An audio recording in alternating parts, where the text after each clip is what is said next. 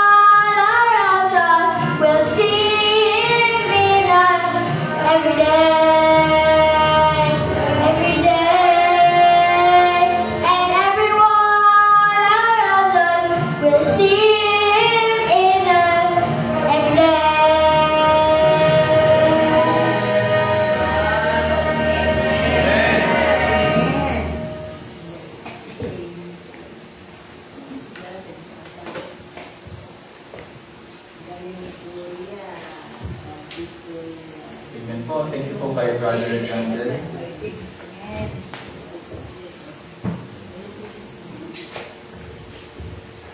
Muli, happy Sabbath po. Sabbath. Happy Sabbath po muli. Happy Sabbath. Oh, do you love Jesus? Yes, I love Jesus. Are you sure you love Jesus? Tell us why we love Jesus. Here's why we Because He first loves me, that's the reason we all love to love Him. Oh, I love Jesus. Oh, I love Jesus. Oh, I love Jesus. Because He first loves me. Thank you po. Kaya ko po kinantayan kasi kailangan natin ng openness ngayong gabi dahil lang ating pag-aaralan ngayon ay chapter 4, pinakamagandang the tears or ang mga damo. Kasi minsan po kahit tayo nasa loob ng ating devotion, maraming sa ating papasin tayo sa either sa ating brothers or sisters na minsan bakit may masama kahit sa loob ng iglesia. Minsan narinig natin ng mga tanong kahit sa, hindi is not exclusive sa ating church, nangyari dito sa iba, na bakit kung totoo ang iglesia ni Cristo, ang iglesia ng Diyos, bakit may mga taong hindi tama ang gamit. Or kung banal ang Diyos, bakit may pagkukunwari sa loob ng simbahan.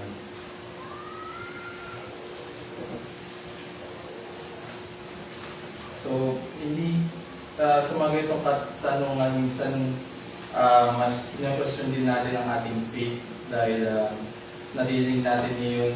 Kung hindi natin nakita natin yun sa ating mga kapatid, ayaw man natin yung pansinin pero napapansin natin. Pero may sagot na ng Diyos dahil hindi iniiwasan ni Jesus din ang tanong na to dahil sa panahon din niya, ito rin ay nagiging top at nagiging usap-usapan din. Direkta niya itong isinagot sa pamamagitan ng parabola na trigo at damo.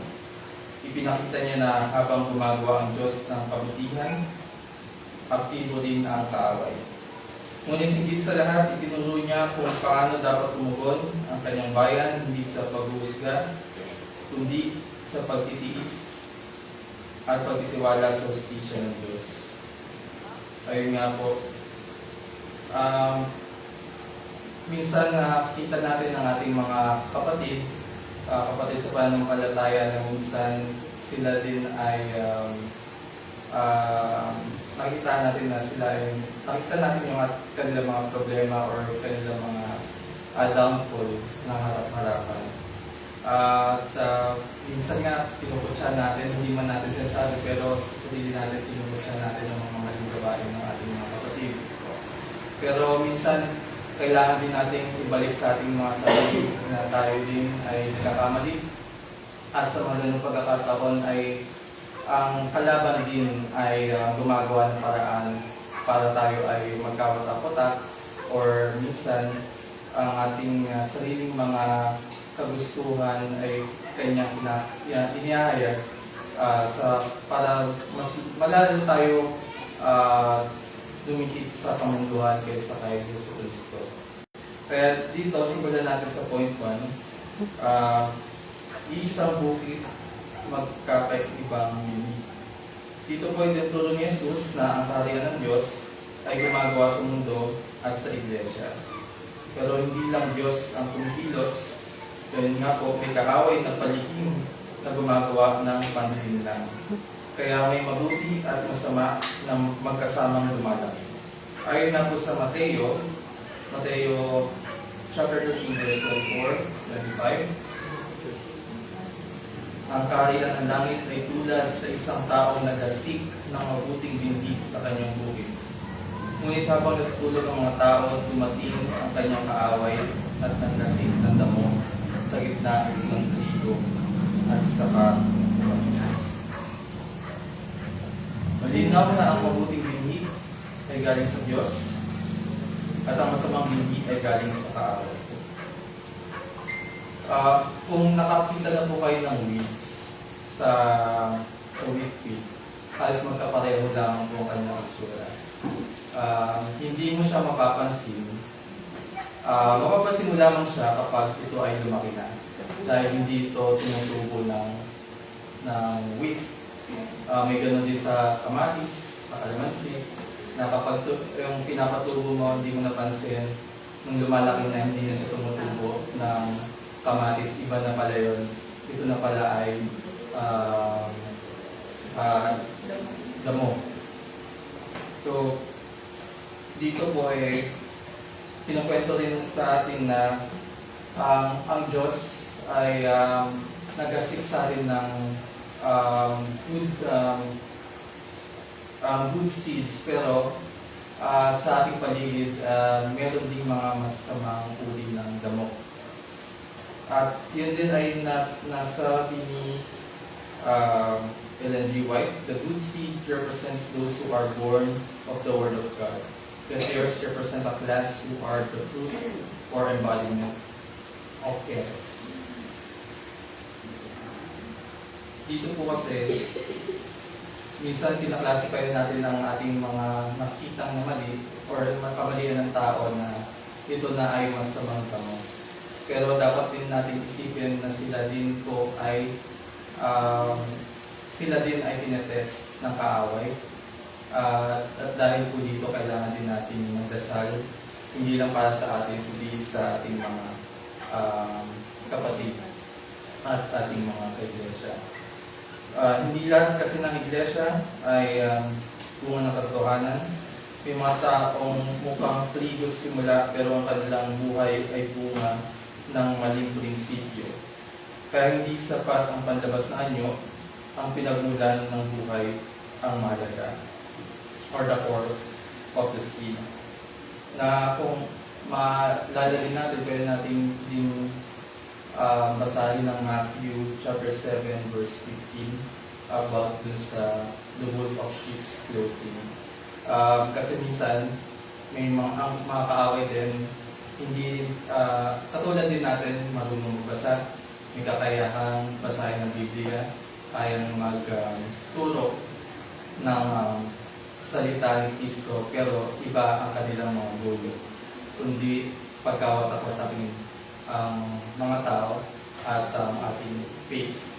So kapag ito, ang mabuting gawin natin ay tayo din mismo ay laging magbasa ng Biblia at lagi tayo magdasal.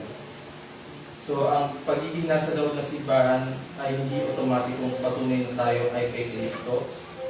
Ang tanong ay, anong binhi ang tumutubo sa ating puso?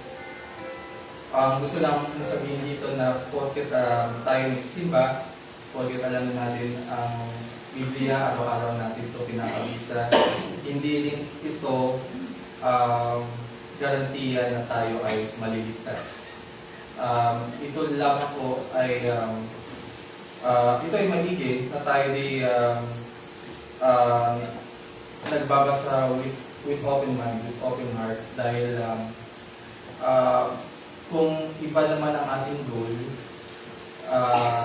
kunyari nagdadasal ka kasi gusto mo, katulad na sinabi ni Brother June kahapon, nagdadasal ka pero iba ang gusto mo makamit, mga makamundong bagay, ay hindi po ganun ang gustong iparating sa atin na ating Diyos. So, yun nga po, anong binhi ang tumutubo sa ating puso? So, sa ating second point, hindi tayo ang inatasang umusga ng puso. Natural sa mga lingkod ng Diyos na gustong linisin ang iglesia, pero malinaw ang babala ni Kristo, ang maling pag-uusga ay pwedeng makasira sa tunay na trigo. Ayon nga po sa Mateo chapter 13 verse 28 to 30, sinabi niya sa kanila, isang kaaway ang gumawa nito. Sinabi sa kanya ng mga alipin, ibig mo bang puntahan namin at bunutin ang mga iyon? Ngunit sinabi niya, huwag, baka sa pagbunot ninyo ng mga damo ay mabunot din ninyo ang trigo. Kaya niyong parehong lumago ang dalawa hanggang sa anan. So, para sa continuation kanina, na tumubo na yung mga masamang damo, pero hinayaan lang po niya sa Kristo. Dahil tayo po ay we are being tested as well for everyday lives natin, na tayo po ay titingnan sa ating mga ginagawa din. Kasi minsan, baka niisip natin sila ang masamang damo, yung pala, in the making tayo na pala yung nagiging masamang damo. At yun din yung kaninang tanong, di ba? Kung totoo ang ilasyon ng Diyos, bakit may mga taong hindi tama ang ugali? Ganun po talaga. Sinabi niya na tayo ay nagsama-sama sa kamundong ito. Tayo ay isinasama sa masamang damo. Hindi para tayo ay malaglag o masaktan, kundi tayo po ay tinuturuan din ng Diyos. At para din tayo ay matutunan ng ating compassion sa ating kapwa. So, hindi pinagkatiwala sa tao ang paghuhusga ng motibo at karakter dahil limitado ang ating kaalaman. Ganun din po sa ating mga matatilinong tao. Hindi kasi sasabi lang na alam na nila ang lahat. Pero kasi nakalimutan natin na Diyos ang may likha ng lahat. At ganun din ang ating mga kaalaman. Minsan, ang ating kaalaman ay ganun lamang kalimitado. Kung tayo'y mag-iisip sa kamunduhan, nakakalimutan natin kung gaano tayo paliit sa mundong ito at gaano palaki sa Kristo. Kaya dyan po tayo madalas nagkakamali at nalalaglag ng matindi. Ang inakala natin na walang pag-asa, maaaring siya palang inilalapit ng Diyos sa Kanya. So minsan, minsan masyado tayong prejudice sa mga tao. Minsan yun pala ang kanilang mga journey at yun din ang magpapalakas sa kanila eventually. Dahil minsan yung mga taong nakakaranas ng kasakiman, kasakitan, mga injustice sa life, minsan sila pa yung bumabalik kay Kristo ng mas malakas. Sila pa yung nakapag-proclaim ng faith in God ng walang hinihing kapalit. Minsan sila pa nga ang nakakatulong sa iba kasi nararamdaman nila ang mga naranasan ng iba na kamalian ng iba. So, nakita lang natin ang panlabas, nakita ng Diyos ang buong kwento, ang laban, ang pagsisisi, at ang proseso ng pagbabago. Kaya tinawag tayo ni Kristo sa pagpapakumbaba, hindi sa pagmamataas. Mas ligtas ang maging mapagpasensya kaysa maging mapangusga. Mas Kristiyano ang magdasal kaysa sa magtanggal. At sabi nga ni Ellen G. White, man judges from appearance, but God judges the heart. So minsan, ang inisip kasi natin, tinitingnan natin ang mga bagay na face value. Pero doon tayo actually nagkakamali agad. Dahil minsan ang mga bagay di ba kanina, wolf in shoes clothing. Minsan it's other way around. Ay mga bagay na ganun itutulog din sa atin para makita din natin na huwag tayo basta-basta tumingin sa ating mga ka-iglesia, sa ating mga kapatid in face value. Kung sila man ay nagkakamali, ito ay maaaring tinutulong din para sa ating sarili na tayo magpakubaba at pag-aralan ng maigi ang ating mga nakita. At sa ating point D, saan Diyos ang huling husga? So may tatlong panahon ng Diyos, hindi niya pinapalampas ang kasamaan, pero may dahilan kung bakit siya nagtitiis. Sa huli, siya mismo ang maghihiwalay ng mabuti at masama. Ayon po kay sa Mateo chapter 13 verse 40-43, kung paano ang mga damo ay kinokolekta at sinusunog sa apoy, Gayon din sa katapusan ng panahon, isusubo ng anak ng tao ang kanyang mga anghel at kanilang titipunin mula sa kanyang kaharian ang lahat ng sandi ng pagkakasala at ang mga gumawa ng kasamaan. At sila'y itatapon sa naglalagablag na apoy. Doon ay nagkakaroon ng pagtatangis at pagngangalit na mamili. Kung magkagayon, ang mga matuwid ay magniningning na parang araw sa kaharian ng kanilang Ama. So, sa ganitong bagay po, hindi nawawala ang hustisya ng Diyos. Pero hindi po para sa atin ang panghusga, kundi sa Kanya. Naatala lang para bigyan ng pagkakataon ang pagsisisi. Naatala lang para bigyan ng pagkakataon ang pagsisisi. Ngunit dating araw na malinaw ang lahat, ang karakter, hindi ang titulo ang magpapasya ng ating hantungan. Siguro, aware naman po tayo sa mga nangyayari sa ating paligid, sa ating gobyerno, sa sobrang dami ng kaguluhan ngayon sa ating mundo, hindi lang sa Pilipinas. At minsan tayo ay nagagalit din sa mga nakita natin. Karamihan na nga dito kung hindi tayo dahil sa Pilipinas, yung ating government, ang ating mga ibang organization, masyado na silang gamit sa pera. Pero alam natin sa mga itong bagay, tayo din ay tineteste na hindi dapat tayo din mag-focus.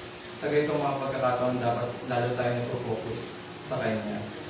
Kung naalala niyo po sa Pahayag 22 chapter 11, ang masama ay magpapakasama pa at ang marumi ay magpapakarumi pa. Lagi po siya nagagamit, lagi siya na nababanggit ng mga tao, pero doon tayo lagi nakafocus. Nakalimutan natin na ito ay may kasunod. Pero ang matuwid ay magpapatuwid pa at ang banal ay magpapakabanal pa. Kung babalitan rin natin ang ating nalaman kanina, the tables have been turned. Kailangan natin na kung lumalaban ang kasamaan, dapat tayo din ay lumalaban para kay Yesu Cristo. Kung gaano kalakas ang kalaban, dapat mas malakas tayo. Kaya nga nandito tayo sa iglesia para magpalakasan din ang ating pananampalataya at tutulong din tayo sa iba para malaman nila na sila ay nailigtas na rin. Sabi nga ni Ellen G. White, Christ Himself will decide who are worthy to dwell with the family of heaven. It is the character that decides the destiny. At hindi ang sinasabi natin, kundi ang pamumuhay natin ang tinitimbang ng Diyos. Ang tunay na pananampalataya ay makita sa karakter. Sa mga ganitong klaseng pagkakataon, meron tayo mga mga kapatid na magaling magsalita, magaling mag-profess sa Biblia, pero minsan doon nalalaglag pa rin sa character. Yung nakita natin na marami silang nilalabas na passage sa Bible, laging silang may binabato sa ng devotion, pero nakita mo sa paglabas sa iglesia, ibang kanilang mga ginagawa, taliwas sa ating pananampalataya. So, sa mga ganong pagkakataon yun po ay tinitingnan pa rin ng Diyos kahit tayo ay lumabas dito sa ating iglesia. At hindi pa rin po sa atin yun, kay Yesu Cristo pa rin ang panghusga hanggang sa huli. Dahil habang tayo buhay pa, tayo ay binibigyan ng pagkakataon upang magbago, makilala ang Diyos, at matutulong pagkumaba sa ating mga kasama. Kaya habang may panahon, mas mahalagang tanungin kung sino ang damo kung ako ba ay tunay na trigo? Dahil ang parabola ng trigo at damo ay nagpapaalala na hindi pa tapos ang kwento ngayon. Magkahalong lumalago ang totoo at hindi, pero hindi tayo tinawag ng Diyos para humusga, kundi para manatiling tapat. Hindi tayo tinawag ng Diyos para humusga, kundi para manatiling tapat.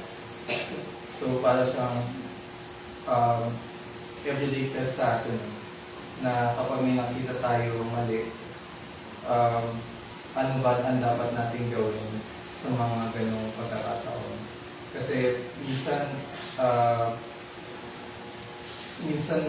magaling din tayo, hindi sa magaling mahusga, nahilig din tayo pagsabihan ng ating mga kapwa at nakalimutan din natin ang ating mga kamalian. Sa mga ganong bagay, kailangan natin talaga magdasal na magdasal kasi minsan hindi para sa atin yung hindi para sa atin yung pagkakataon ngayon, kundi it is their journey rin minsan. Kung naalala ko dati sa Proverbs, marami kong mga sinasabi din sa Proverbs about me. Kapag may nakita tayo ng mga tentasyon or mali, stay away from a fool, for you will find knowledge on their lips. Stay away from her, don't even go near to the door of her house. The righteous choose their friends carefully, but the way of the wicked leads them astray. Do not make friends with a hot-tempered person, do not associate with one easily angry. Parang dito natutunan ko na minsan tinuturuan tayo na huwag tayong mag-engage sa mga ganong pagkakataon lagi. Ang sinasabi ng Biblia ay stay away. Kasi minsan, kapag tayo nag-engage sa mga temptasyon, yun na rin malaking din siya malaking hamon sa atin na baka tayo dun mapasama sa kamalian. So, habang may panahon pa, hayaan natin hubugin ni Kristo ang ating karakter. Sa huli, hindi ang ating palabas na anyo ang magpapasya ng ating kapalaran, kundi kung tayo ay tunay na trigo na namumuhay para sa kanyang pagwalatian. So sabi dito, ang gawain natin ay hindi magbunot, kundi magbunga, hindi magmadali, kundi magtiwala. So kung tayo ay nakakaranas ng mga tentasyon o problema sa buhay, yun yung lagi tayong magdasal lagi sa Kanya. At kung may mga nakita tayong kamalian niya, lagi natin i-drive ang sarili natin sa compassion, hindi sa paunatya sa iba. So, ayun po ang mga sinabi sa atin para sa gabi nito. Bago ko po tapusin lahat, siguro po mag-closing prayer po. Tayo po yung magdasal. Ama namin nasa langit, salamat po sa inyong mga salita na nagtutulong sa amin ng pagtitiis, pagpapakumbaba, at pagtitiwala sa iyong justisya. Patawarin mo po kami kung minsan ay mabilis kami umusga ng bagal magmahal sa inyo. Tulungan mo kaming susuriin ang aming mga sariling puso. Kaya kung ikaw ang humubo sa aming karakter, turuan mo kaming maging tunay na trigo na namumunga para sa iyong pagwalatian habang hinintay namin ang iyong takdang panahon.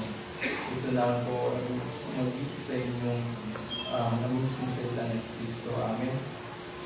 At ayun po, maraming salamat po. Ayun po, tayo yung mag-discussion questions po. Siguro yung kaninang grupo na lang din po. Ilang minutes po. Sige, gawin natin